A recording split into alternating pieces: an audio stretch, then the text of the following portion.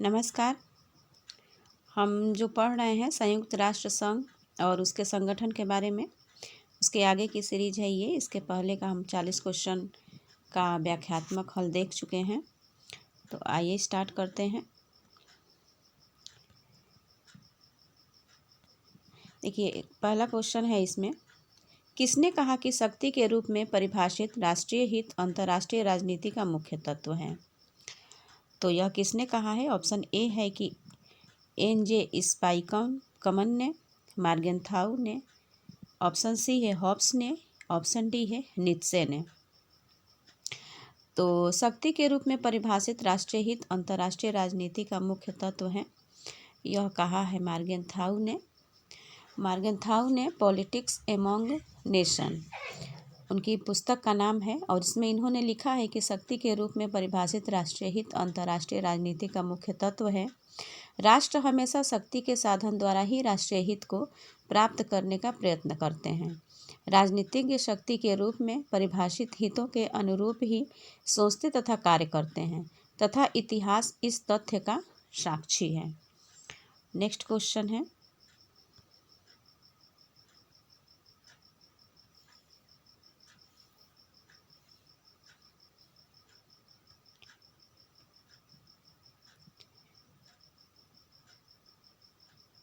कि निम्नलिखित में से कौन सा अंतर्राष्ट्रीय राजनीति के अध्ययन के यथार्थवादी सिद्धांत का अंग नहीं है? तो यह है राज्यवाद, ऑप्शन ए है। ऑप्शन बी है सामूहिक हित, ऑप्शन सी है सुरक्षा, ऑप्शन डी है अस्तित्व।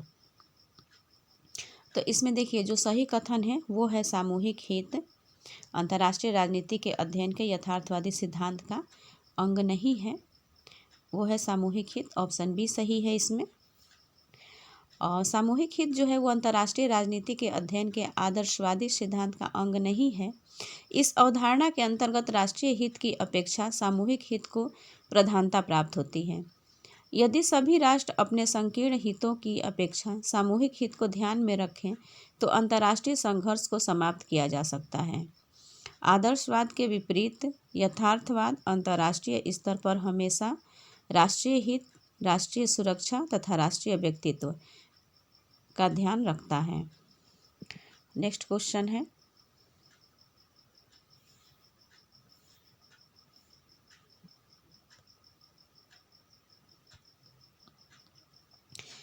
सौदेबाजी का सिद्धांत का आधार है। तो सौदेबाजी सिद्धांत का आधार है, ऑप्शन ए में है संधि वार्ता, ऑप्शन बी में है राष्ट्रीय हित, ऑप्शन सी है युद्ध, ऑप्शन डी है संघर्ष।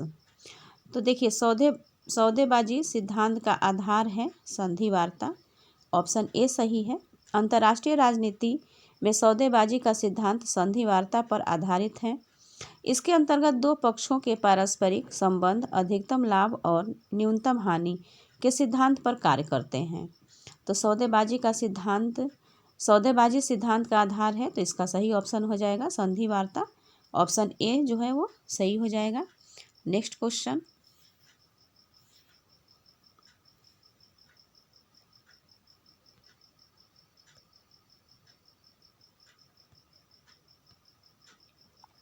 अंतर्राष्ट्रीय राजनीति का अध्ययन मुख्यतः आधारित है। तो अंतर्राष्ट्रीय राजनीति का अध्ययन मुख्यतः आधारित है किस पर? सत्ता की राजनीति पर, सामाजिक संस्कृति संबंधों पर, ऐतिहासिक संबंधों पर, या नैतिकता की राजनीति पर। तो यह देखिए, अंतर्राष्ट्रीय राजनीति का अध्ययन मुख्यतः आधारित है, ऑप्शन ए सत्ता की राजनीति पर। सत्ता की राजनीति पर अंतर्राष्ट्रीय राजनीति का अध्ययन मुख्यतः आधारित है। अंतर्राष्ट्रीय राजनीति का उद्देश्य उन क्रियाओं का अध्ययन करना है जिसके अंतर्गत राज्य अपने राष्ट्रीय हितों की पूर्ति हेतु शक्ति के आधार पर संघर्षरत रहते हैं।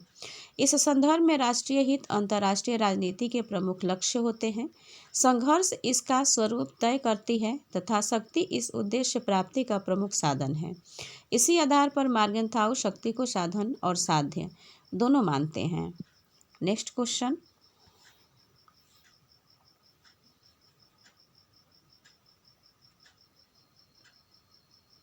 निम्न में से कौन वैश्वीकरण को दर्शाता है?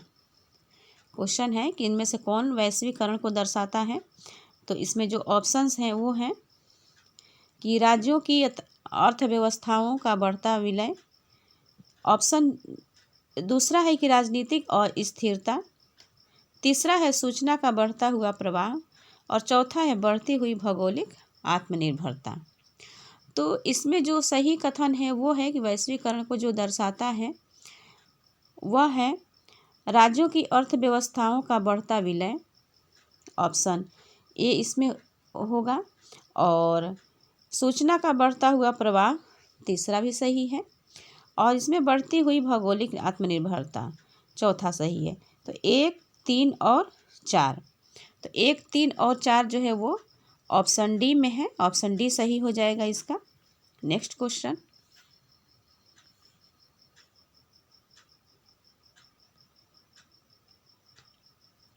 क्वेश्चन है कि मानव अधिकारों की अवधारणा विशेष रूप से संबंधित है। तो मानव अधिकारों की अवधारणा विशेष रूप से संबंधित है। ऑप्शन से राजनीतिक समानता पर, आर्थिक स्थायित्व से।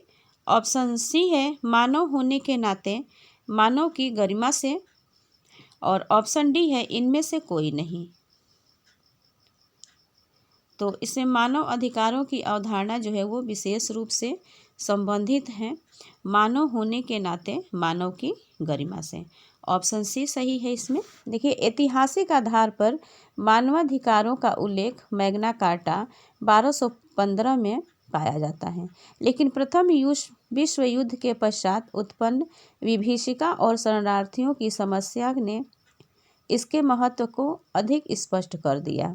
मानवाधिकार मानववाद की इस मान्यता को स्वीकार करता है कि मनुष्य ही समस्त वस्तुओं का मापदंड है। मनुष्य होने के नाते मानवीय गरिमा के साथ जीना मानव अधिकारों का मूल मंत्र है।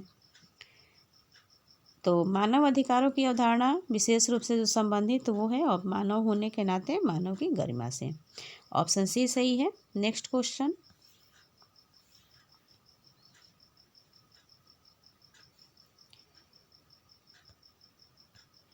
क्वेश्चन है कि वर्तमान विश्व परिदृश्य में एक नए परिवर्तन का उदय हुआ, वह है अमेरिकी प्राधान्य।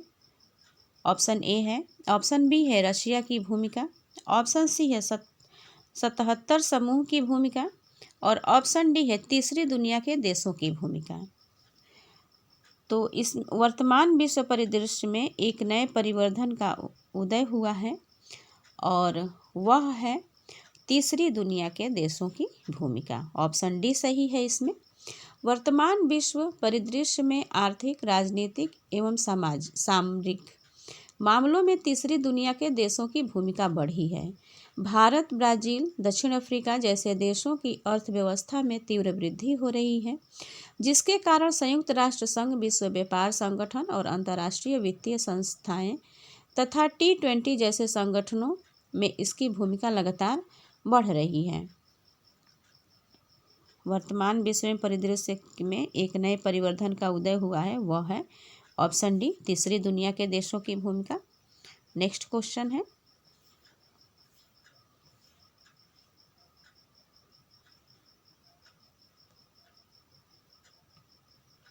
शीत युद्ध की समाप्ति का प्रमुख कारण था।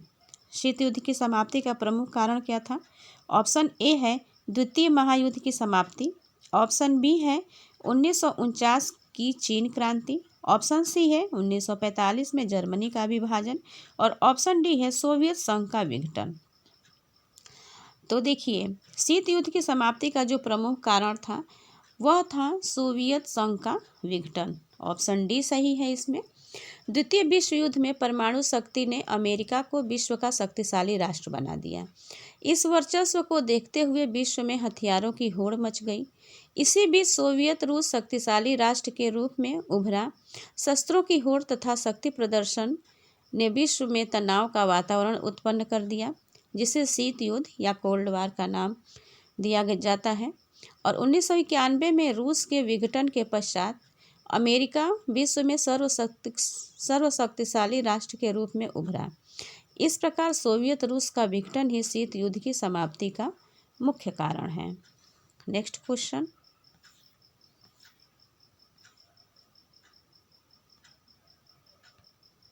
कि क्वेश्चन है, निम्नलिखित में से कौन से निर्णयों में संयुक्त राष्ट्र की सामान्य सभा में 2/3 बहुमत की आवश्यकता होती है।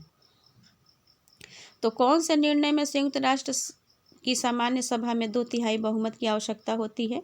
ऑप्शन ए है शांति और सुरक्षा, ऑप्शन बी है नए सदस्य राज्यों का प्रवेश, ऑप्शन सी है बजट संबंधी मामले, ऑप्शन डी है उपर्युक्त सभी। तो बताइए इसमें कौन सा है सही हो सकता है? तो इसमें जो सही है वो है उपर्युक्त सभी।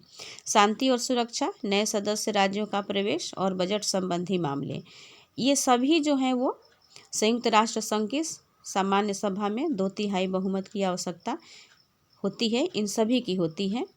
तो ऑप्शन डी सही है इसमें सभी सत्य हैं। नेक्स्ट क्वेश्चन,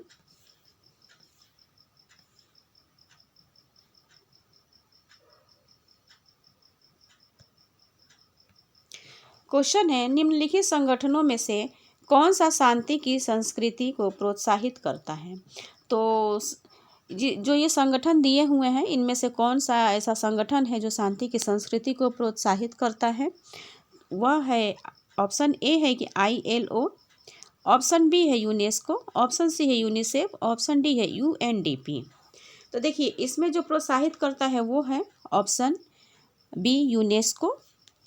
यूनेस्को जो है वो शांति की संस्कृति को प्रोत्साहित करता है, ये सही है। और इसकी स्थापना जो है वो 16 नवंबर 1945 में हुई थी और इसका मुख्यालय जो है वो पेरिस में है। इसके सदस्यों की संख्या जो है वो 193 है और यह एसोसिएट सदस्य 11 हैं। इसमें एसोसिएट सदस्य जो हैं वो 11 हैं और इसके सदस्यों की संख्या 193 है। संयुक्त राष्ट्र संघ के अंतर्गत यह वैश्विक संस्कृतियों के आदान प्रदान के महत्व का संगठन है। इसका मूल उद्देश्य शिक्षा, संस्कृति, विज्ञान की सहायता से अंतर्राष्ट्रीय शांति, विकास एवं संबंधों को बढ़ावा देना है। और यूनेस्को का अगर हम फुल फॉर्म देखें तो यूनेस्को का फुल फॉर्म होता है United Nations Educational, Scientific and Cultural Organization, ये यूनेस्को का फुल फॉर्म है। नेक्स्ट क्वेश्चन, यूनेस्को का मुख्यालय कहाँ है? तो अभी हमने देखा कि यूनेस्को का मुख्यालय जो है वो पेरिस में है। ऑप्शन बी सही है इसमें। नेक्स्ट क्वेश्चन,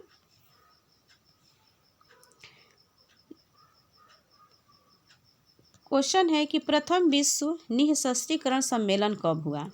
तो प्रथम विश्व निःशस्त्रीकरण सम्मेलन जो है वो कब हुआ था? ऑप्शन है 1922 में, ऑप्शन बी 1932 में, ऑप्शन सी 1972 में, ऑप्शन डी 1993 में। तो देखिए प्रथम विश्व निःशस्त्रीकरण सम्मेलन जो हुआ था वो हुआ था ऑप्शन बी 1932 ईस्वी में। प्रथम विश्व निःशस्त्रीकरण सम्मेलन 2 फरवरी 1932 में जेनेवा में संपन्न हुआ था। इस सम्मेलन में 60 देशों के प्रतिनिधियों ने बड़ी सेना व नौसैनिक बल बनाए रखने वाले सभी देश शामिल थे। सम्मेलन का उद्देश्य हथियारों को कम करना तथा सीमित करना था। इसे लीग ऑफ नेशंस के अनुबंध के अनुच्छेद 8 के अनुपालन के व्यापक उद्देश्य के रूप में रेखांकित किया गया। तो इसका निःशस्त्रीकरण का जो सम्मेलन हुआ वो हुआ 2 फरवरी 1932 में।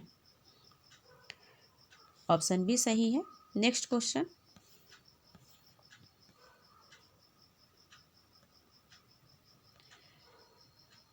ब्रिक्स देशों में सम्मिलित हैं। तो ब्रिक्स देशों में सम्मिलित है ऑप्शन ए है ब्रिटेन, रसिया, ईरान, चिली, स्विट्जरलैंड, और ऑप्शन बी है बहरीन, रशिया, इटली, चिली और सिंगापुर, ऑप्शन सी है बोत्सवाना, रोडेशिया, इरिट्रिया, चाड और सूडान, ऑप्शन डी है ब्राज़ील, रशिया, इंडिया, चाइना और साउथ अफ्रीका। तो इसमें जो सही है वो है ऑप्शन डी सही है इसमें, ब्राज़ील, रशिया, इंडिया, चाइना और साउथ अफ्रीका, ये ब्रिक्स देशों में सम्मिलित हैं। देखिए ब्राज़ील, रूस, भारत और चीन ने मिलकर ब्रिक्स की स्थापना 2009 में किया था। इसका उद्देश्य वैश्विक वित्तीय संस्थाओं में सुधार करना था। दिसंबर 1910 में दक्षिण अफ्रीका ने भी ब्रिक की सदस्यता ग्रहण की, जिसे अब ब्रिक्स के नाम से जाना जाता है। इसके पहले इसका नाम ब्रिक था, BRIC, और इसका फुल फॉर्म था ब्राज़ील, रूस, भारत और चीन। लेकिन अब जो है वो दक्षिण अफ्रीका भी शामिल हो गया है, तो ब्रिक्स बन गया है BRICS। तो ये हो जाएगा ब्राज़ील, रशिया, इंडिया, चाइना और साउथ अफ्रीका। ऑप्शन डी सही है इसमें। नेक्स्ट क्वेश्चन है, ब्रिक्स सम्मेलन का आयोजन ब्राज़ील में हुआ था। तो ब्राज़ील कब हुआ था यह? तो ब्रिक्स का आयोजन जो है वो 2010 में हुआ था। अभी हमने देखा, तो इस प्रश्न के उत्तर में कौन सा सही हो जाएगा? तो वो हो जाएगा 2010। ऑप्शन बी सही है इसमें। नेक्स्ट क्वेश्चन, शीत युद्ध वाक्यांश मूलतः संबंधित था। तो शीत युद्ध जो है वो किससे संबंधित था? संयुक्त राज्य अमेरिका एवं सोवियत संघ से। ऑप्शन बी है भारत और पाकिस्तान से। ऑप्शन सी है भारत और चीन से। ऑप्शन डी है उपर्युक्त में से कोई नहीं। तो बताइए, शीत युद्ध जो है वाक्यांश मूलतः संबंधित था, तो यह किससे संबंधित था? तो ये था संयुक्त राज्य अमेरिका एवं सोवियत संघ से। शीत युद्ध वाक्यांश जो है वो संयुक्त राज्य अमेरिका एवं सोवियत संघ से संबंधित था, और ये वर्ष 1945 और वर्ष 1991 के मध्य संयुक्त राज्य अमेरिका और सोवियत संघ के बीच असैन्य संघर्ष को शीत युद्ध कहा जाता है। इसमें विशेष रूप से दो विरोधी राजनीतिक प्रणालियों वाले देश, जो प्रत्यक्ष सशस्त्र संघर्ष के बजाय अपनी विचारधारा के आधार पर स्वयं के प्रभाव को बढ़ाने तथा विरोधी के प्रभाव को कम करने का प्रयास करता है। द्वितीय विश्व युद्ध के पश्चात अमेरिका और सोवियत रूस के संबंधों को स्पष्ट करने के लिए इस शब्द का प्रयोग जॉर्ज लिस्का ने किया था। तो शीत युद्ध शब्द का सबसे पहले प्रयोग किसने किया था? तो यह जॉर्ज लिस्का ने किया था, ये भी याद रखिएगा। नेक्स्ट क्वेश्चन,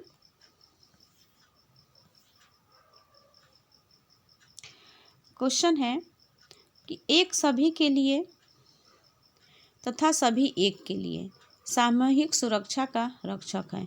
यह कथन किसका है? तो यह कथन है पामर एवं पार्किंसन का।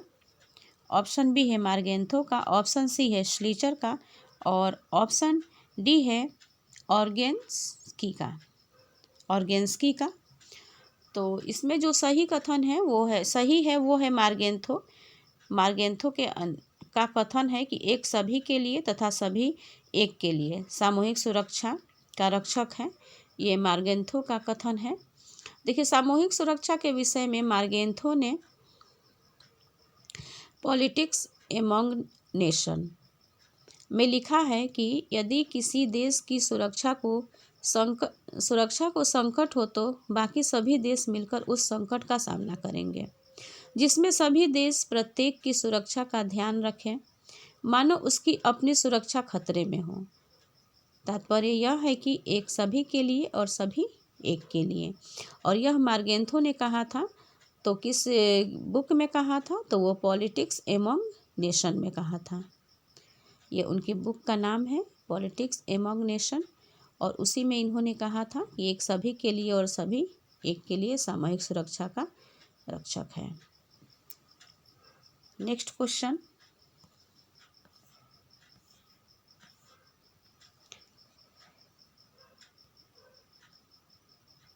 क्वेश्चन है, एमनेस्टी इंटरनेशनल एक विश्वव्यापी संगठन है जिसका कार्य क्षेत्र है। तो इसका कार्य क्षेत्र क्या है? मानवाधिकार, युद्ध अपराध, द्विध्रुवीय व्यवस्था के अस्थिर ब्लॉक या अंतर्राष्ट्रीय विवाद। तो एमनेस्टी इंटरनेशनल एक विश्वव्यापी संगठन है और इसका कार्य क्षेत्र है मानवाधिकार। ऑप्शन ए सही है। एमनेस्टी इंटरनेशनल एक गैर सरकारी संगठन है। तो ये भी प्रश्न पूछ सकता है कि एमनेस्टी इंटरनेशनल जो है वो कैसा संगठन है? तो वो एक गैर सरकारी संगठन है जो मानवाधिकारी संबंधी मामलों को देखता है। पीटर बेंसन ने जुलाई 1961 में लंदन में इसकी स्थापना की थी। तो इसकी स्थापना किसने की थी? तो यह इसकी स्थापना की थी पीटर बेंसन ने, और वो भी 1961 ईस्वी लंदन में। इस विश्वव्यापी संगठन का मुख्यालय जो है वो लंदन में है।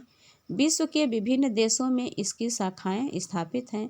भारत में 1966 में बिहार में इस संगठन की स्थापना की गई थी और इसका मुख्यालय जो है वो बेंगलुरु में स्थित है। तो भारत में इसकी स्थापना एमनेस्टी इंटरनेशनल की कहाँ की गई थी? तो वो की गई थी 1966 ईस्वी बिहार में, और इसका मुख्यालय जो है वो बेंगलुरु में है। नेक्स्ट क्वेश्चन,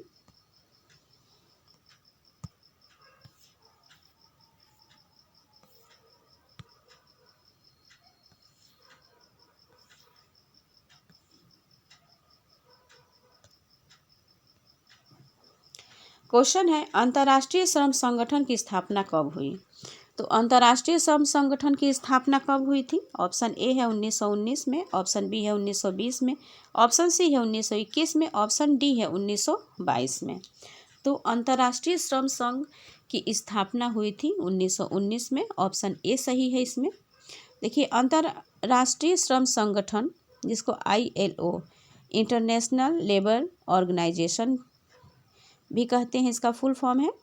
तो इसकी स्थापना जो है 1919 में की गई थी, और अंतर्राष्ट्रीय श्रम संगठन श्रमिकों के विषय में संयुक्त राष्ट्र की विशिष्ट एजेंसी है। इसका मुख्यालय जेनेवा स्विट्जरलैंड में है, और ILO का मूल उद्देश्य रहन सहन के स्तर एवं श्रम की अन्य दशाओं को सुधारने तथा पूर्ण रोजगार का लक्ष्य प्राप्त करने पर केंद्रित अंतर्राष्ट्रीय क्रियाकलापों को प्रोत्साहित करना है। नेक्स्ट क्वेश्चन है,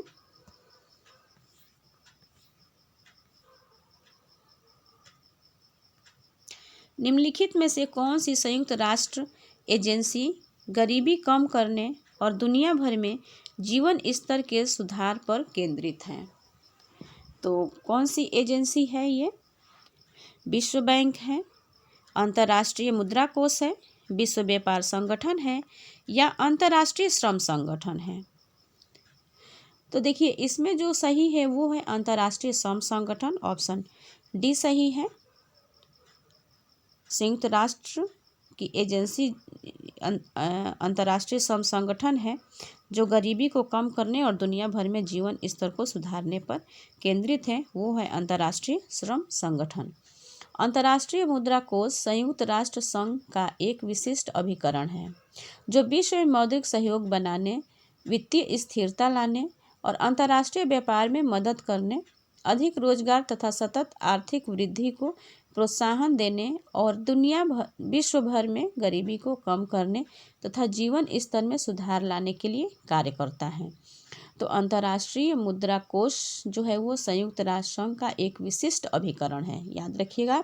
और यह विश्व भर में मौद्रिक सहयोग बढ़ाने, वित्तीय स्थिरता लाने, अंतर्राष्ट्रीय व्यापार में मदद करने, अधिक रोजगार तथा सतत आर्थिक वृद्धि को प्रोत्साहन देने और विश्व भर में गरीबी को कम करने तथा जीवन स्तर में सुधार लाने के लिए कार्य करता है। नेक्स्ट क्वेश्चन है,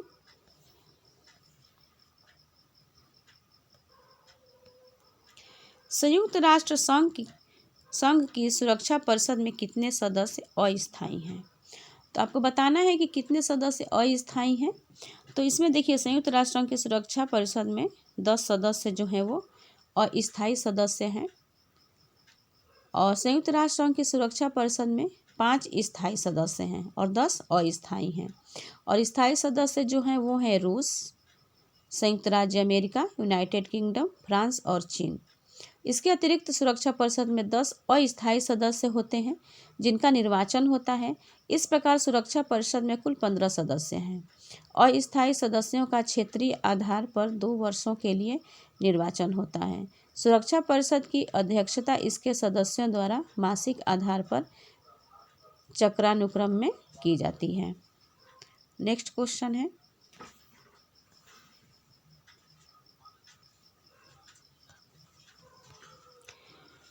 कापलान के अनुसार शक्ति संतुलन व्यवस्था की सर्वाधिक संभावित परिणति होगी? तो ऑप्शंस है इसमें अंतर्राष्ट्रीय व्यवस्था, ऑप्शन बी है एक ध्रुवीय व्यवस्था, ऑप्शन सी है द्विध्रुवीय व्यवस्था, ऑप्शन डी है उपर्युक्त में से कोई नहीं।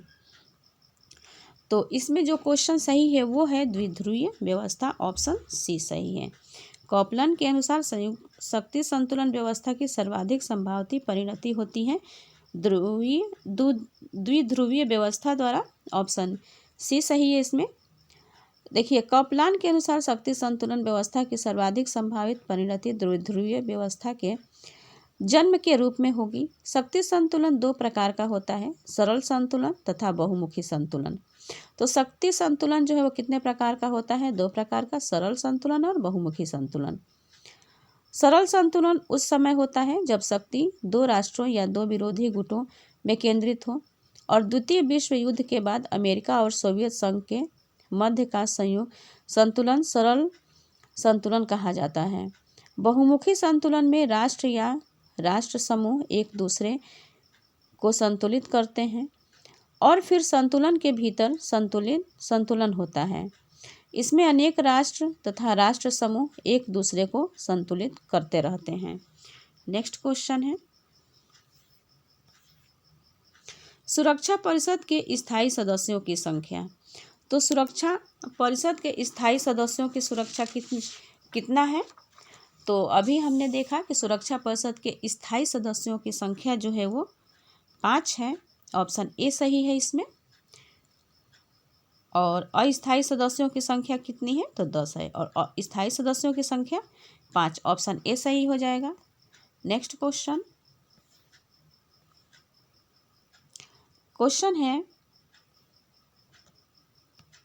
कि निम्नांकित में कौन सा देश संयुक्त राष्ट्र की सुरक्षा परिषद का स्थायी सदस्य नहीं है?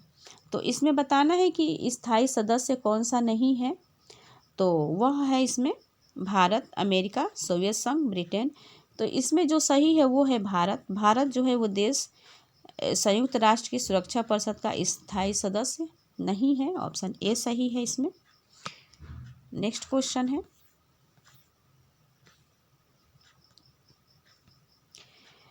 निम्नलिखित में से संयुक्त राष्ट्र का कौन सा अंग अंतर्राष्ट्रीय शांति एवं सुरक्षा के लिए जिम्मेदार है?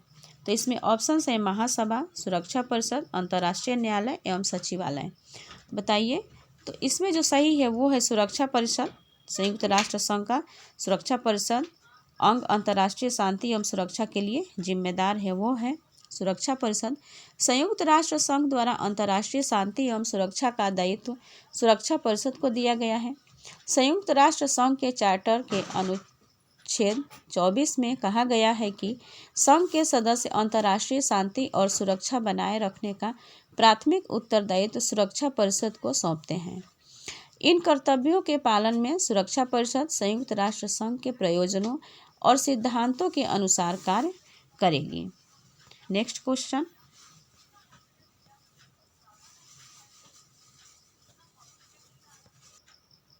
क्वेश्चन है कि संयुक्त राष्ट्र संघ की महासभा की बैठकें होती हैं। तो संयुक्त राष्ट्र संघ की महासभा की बैठकें होती हैं, ऑप्शंस हैं 1 वर्ष में 1 बार, 1 वर्ष में 2 बार, 1 वर्ष में 1 बार या 3 वर्ष में 1 बार। देखिए, 1 वर्ष में 1 बार, 1 वर्ष में 2 बार या 2 वर्ष में 1 बार या 3 वर्ष में 1 बार।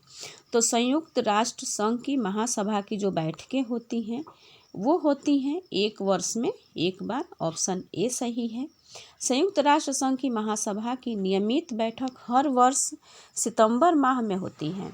इसका आयोजन संयुक्त राष्ट्र संघ के कार्यालय न्यूयॉर्क में होता है।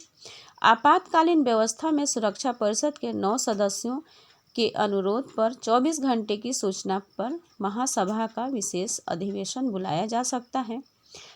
ऐसा अवसर स्वेज नहर के राष्ट्रीयकरण के बाद मिस्र पर फ्रांस और ब्रिटेन के आक्रमण से उपस्थित हुआ।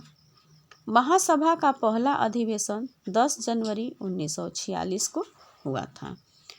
तो संयुक्त राष्ट्र संघ की महासभा की जो बैठकें होती हैं वो 1 वर्ष में 1 बार होती हैं और यह सितंबर माह में होती हैं। नेक्स्ट क्वेश्चन,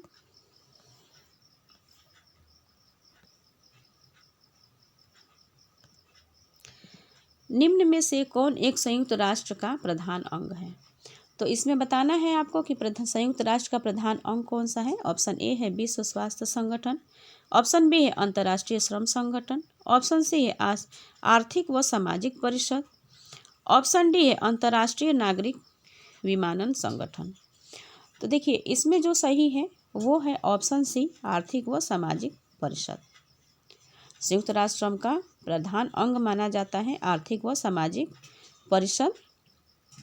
देखिए आर्थिक और सामाजिक परिषद संयुक्त राष्ट्र के 6 प्रधान अंगों में से एक है। संयुक्त राष्ट्र के अन्य प्रधान अंगों में आम सभा, चुनाव सुरक्षा परिषद, सचिवालय, ट्रस्टीशिप परिषद तथा अंतर्राष्ट्रीय न्यायालय को शामिल किया जाता है। आर्थिक व सामाजिक परिषद में कुल 54 सदस्य देश हैं जिनका चुनाव प्रत्येक 3 वर्ष पर आम सभा द्वारा किया जाता है। नेक्स्ट क्वेश्चन है,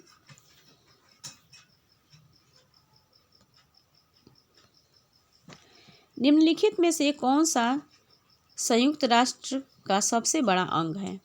तो इसमें सबसे बड़ा अंग बताना है आपको। तो इसमें है सुरक्षा परिषद, न्यास परिषद, अंतर्राष्ट्रीय न्यायालय या सामान्य सभा। तो देखिए संयुक्त राष्ट्र संघ का जो सबसे बड़ा अंग है वो होता है सामान्य सभा। ऑप्शन डी सही है। संयुक्त राष्ट्र संघ का सबसे बड़ा अंग सामान्य सभा है। विश्व के 193 देश इसके सदस्य हैं तथा प्रत्येक सदस्य देश को इस सभा में 5 प्रतिनिधि तथा 5 वैकल्पिक प्रतिनिधि भेजने का अधिकार है। तो सामान्य सभा जो है वो सबसे बड़ी है, बड़ा अंग माना जाता है संयुक्त राष्ट्र संघ का। नेक्स्ट क्वेश्चन है,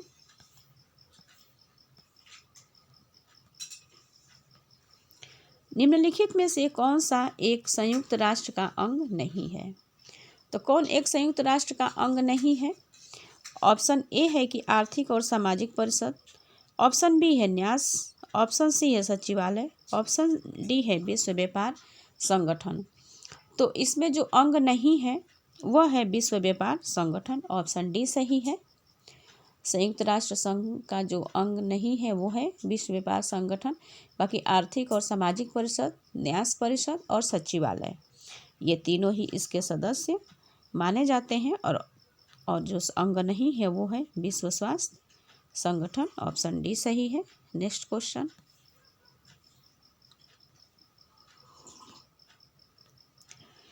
संयुक्त राष्ट्र संघ का कौन सा विशिष्ट अभिकरण नहीं है? तो ऑप्शन ए है कि विश्व स्वास्थ्य संगठन, उसको WHO के नाम से जानते हैं, अंतर्राष्ट्रीय मुद्रा कोष IMF, अंतर्राष्ट्रीय न्यायालय ICJ, अंतर्राष्ट्रीय औद्योगिक विकास संगठन, इसको कहते हैं शॉर्ट में UNIDO। तो इसमें जो अभिकरण नहीं है वह है ऑप्शन सी अंतर्राष्ट्रीय न्यायालय ICJ। अंतर्राष्ट्रीय न्यायालय ICJ संयुक्त राष्ट्र संघ के प्रमुख 6 अंगों में से एक है। इसके प्रमुख 6 अंग हैं महासभा, सुरक्षा परिषद, आर्थिक एवं सामाजिक परिषद, अंतर्राष्ट्रीय न्यायालय, न्यास परिषद तथा सचिवालय, विश्व व्यापार संगठन WHO, अंतर्राष्ट्रीय मुद्रा कोष IMF, संयुक्त राष्ट्र औद्योगिक विकास संगठन UNIDO, यूनेस्को तथा अंतर्राष्ट्रीय श्रम संगठन आदि। संयुक्त राष्ट्र संघ को विशिष्ट अभिकरण है। विशिष्ट अभिकरण 6 प्रमुख अंगों से अलग है। तो इसमें अंतर्राष्ट्रीय न्यायालय जो है वो विशिष्ट अभिकरण नहीं है संयुक्त राष्ट्र संघ का। ऑप्शन सी सही है। नेक्स्ट क्वेश्चन,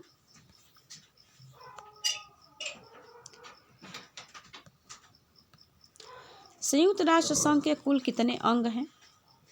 तो संयुक्त राष्ट्र संघ के कुल कितने अंग हैं? 7, 5, 6 या 8? तो संयुक्त राष्ट्र संघ के कुल 6 अंग हैं। ऑप्शन सी सही है। नेक्स्ट क्वेश्चन,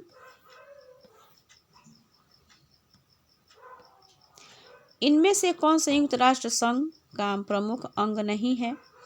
तो वो है सिक्योरिटी काउंसिल, ऑप्शन बी है ट्रस्टीशिप काउंसिल, ऑप्शन सी है यूनेस्को, ऑप्शन डी है सेक्रेटेरिएट। तो इसमें जो है प्रमुख अंग नहीं है वो है ऑप्शन सी यूनेस्को। संयुक्त राष्ट्र संघ का प्रमुख अंग नहीं है। यूनेस्को, ऑप्शन सी सही है इसमें। बाकी सिक्योरिटी काउंसिल, ट्रस्टीशिप काउंसिल और सेक्रेटरीट, ये तीनों ही संयुक्त राष्ट्र संघ के अंग हैं। नेक्स्ट क्वेश्चन,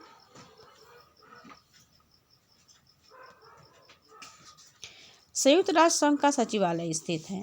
तो संयुक्त राष्ट्र संघ का सचिवालय कहाँ स्थित है? वाशिंगटन डीसी में, न्यूयॉर्क में, लंदन में या पेरिस में? तो संयुक्त राष्ट्र संघ का सचिवालय स्थित है न्यूयॉर्क में, ऑप्शन बी सही है। संयुक्त राष्ट्र संघ का सचिवालय अमेरिका के न्यूयॉर्क शहर में है। सचिवालय संयुक्त राष्ट्र संघ के 6 प्रमुख अंगों में से एक है। यह संयुक्त राष्ट्र संघ का प्रशासनिक अंग है। महासचिव इसका प्रमुख होता है। इसका प्रमुख कौन होता है? तो महासचिव होता है और यह प्रशासनिक अंग है। नेक्स्ट क्वेश्चन,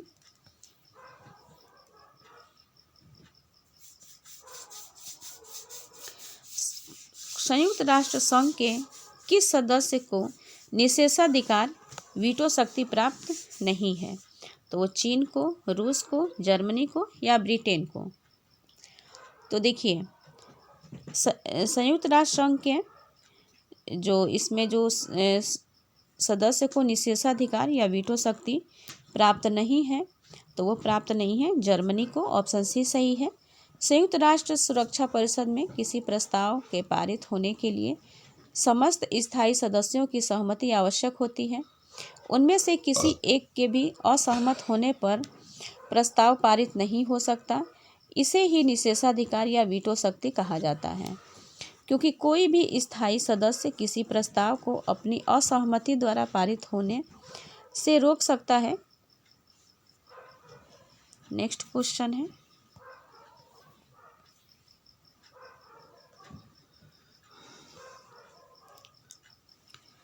यूएन सुरक्षा परिषद में वीटो निषेधाधिकार है।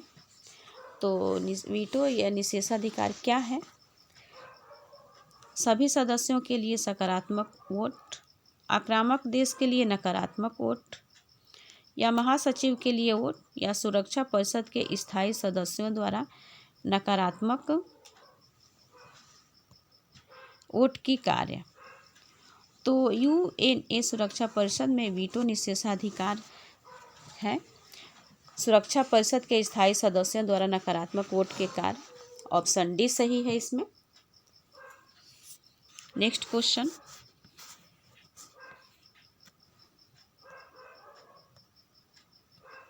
अंतर्राष्ट्रीय न्यायालय में कितने न्यायाधीश होते हैं?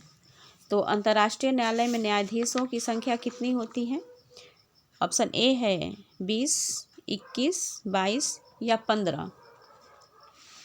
तो अंतर्राष्ट्रीय न्यायालय में न्यायाधीशों की जो संख्या होती है वो होती है 15, ऑप्शन डी सही है। संयुक्त राष्ट्र संघ के घोषणा पत्र के अंतर्गत अंतर्राष्ट्रीय विवादों को शांतिपूर्ण तरीके से सुलझाने के उद्देश्य से एक अंतर्राष्ट्रीय न्यायालय की स्थापना का प्रावधान रखा गया। अंतर्राष्ट्रीय न्यायालय में 15 न्यायाधीश सदस्य होते हैं, जो महासभा एवं सुरक्षा परिषद द्वारा निर्वाचित किए जाते हैं।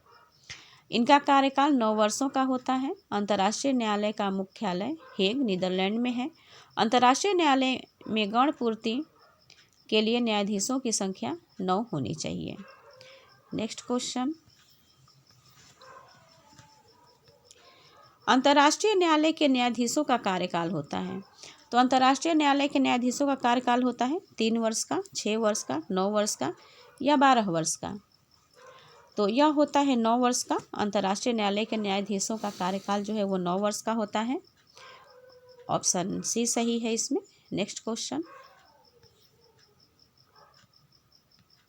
अंतर्राष्ट्रीय न्यायालय के न्यायाधीशों को निर्वाचित किया जाता है। तो कैसे अंतर्राष्ट्रीय न्यायालय के न्यायाधीशों को निर्वाचित किया जाता है? ऑप्शन ए महासभा द्वारा, ऑप्शन बी सुरक्षा परिषद द्वारा, ऑप्शन सी महासभा तथा सुरक्षा परिषद दोनों द्वारा, या ऑप्शन डी न्यायशीता परिषद द्वारा। तो अंतर्राष्ट्रीय न्यायालय के न्यायाधीशों को निर्वाचित किया जाता है महासभा तथा सुरक्षा परिषद दोनों के द्वारा, ऑप्शन सी सही है इसमें। नेक्स्ट क्वेश्चन,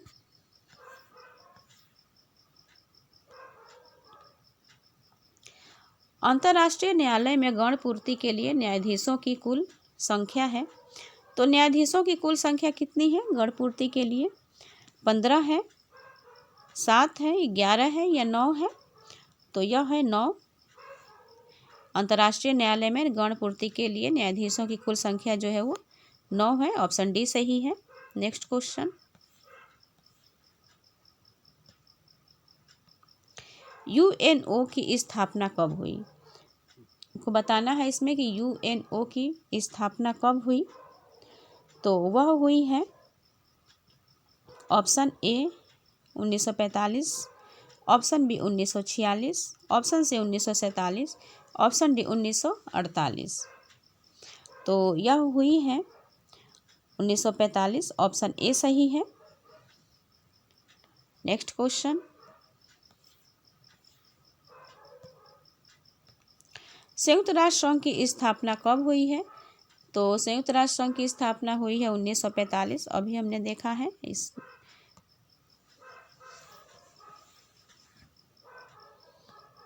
नेक्स्ट क्वेश्चन है, यूएनओ का मुख्यालय कहाँ है? तो यूएनओ का जो मुख्यालय है वह है न्यूयॉर्क में। ऑप्शन बी सही है इसमें। यूएनओ का मुख्यालय न्यूयॉर्क में है। नेक्स्ट क्वेश्चन,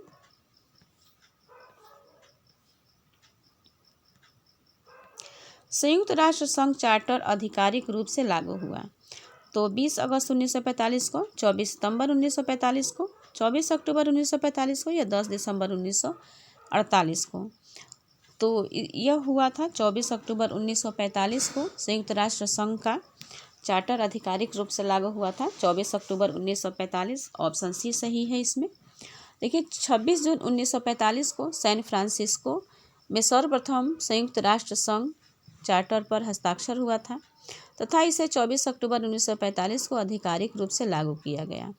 चार्टर में संयुक्त राष्ट्र के उद्देश्य, दायित्व, आधिकारिक भाषा, शांति स्थापना के तरीके आदि का विस्तृत वर्णन किया गया है। नेक्स्ट क्वेश्चन,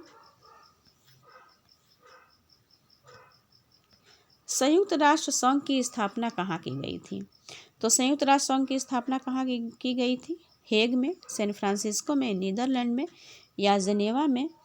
तो इस अभी हमने देखा है कि संयुक्त राष्ट्र संघ की स्थापना जो है वो सैन फ्रांसिस्को में की गई थी। ऑप्शन बी सही है इसका। नेक्स्ट क्वेश्चन है, संयुक्त राष्ट्र चार्टर पर प्रथम बार हस्ताक्षर कहाँ हुआ था? तो प्रथम बार हस्ताक्षर कहाँ हुआ था? जहाँ इसकी स्थापना होगी वहीं पे हस्ताक्षर भी होगा। तो ये ऑप्शन बी सही है, सैन फ्रांसिस्को में। समय नहीं गवाएंगे, आगे बढ़ेंगे। नेक्स्ट क्वेश्चन, किस सम्मेलन द्वारा संयुक्त राष्ट्र चार्टर को 26 जनवरी 1945 में अपनाया गया? तो किस सम्मेलन द्वारा संयुक्त राष्ट्र चार्टर को अपनाया गया था? लंदन सम्मेलन, टोक्यो सम्मेलन, सैन फ्रांसिस्को सम्मेलन या डम्बर्टन ओक्स सम्मेलन। बताइए इसमें कौन सा सही है? तो इसमें देखिए, इसमें जो ऑप्शन के हिसाब से कोई सही नहीं है। इसमें संयुक्त राष्ट्र संघ का चार्टर 26 जून 1945 को सैन फ्रांसिस्को सम्मेलन में अपनाया गया था। प्रश्न में 26 जून के स्थान पर 26 जनवरी दिया गया है, जो कि गलत है।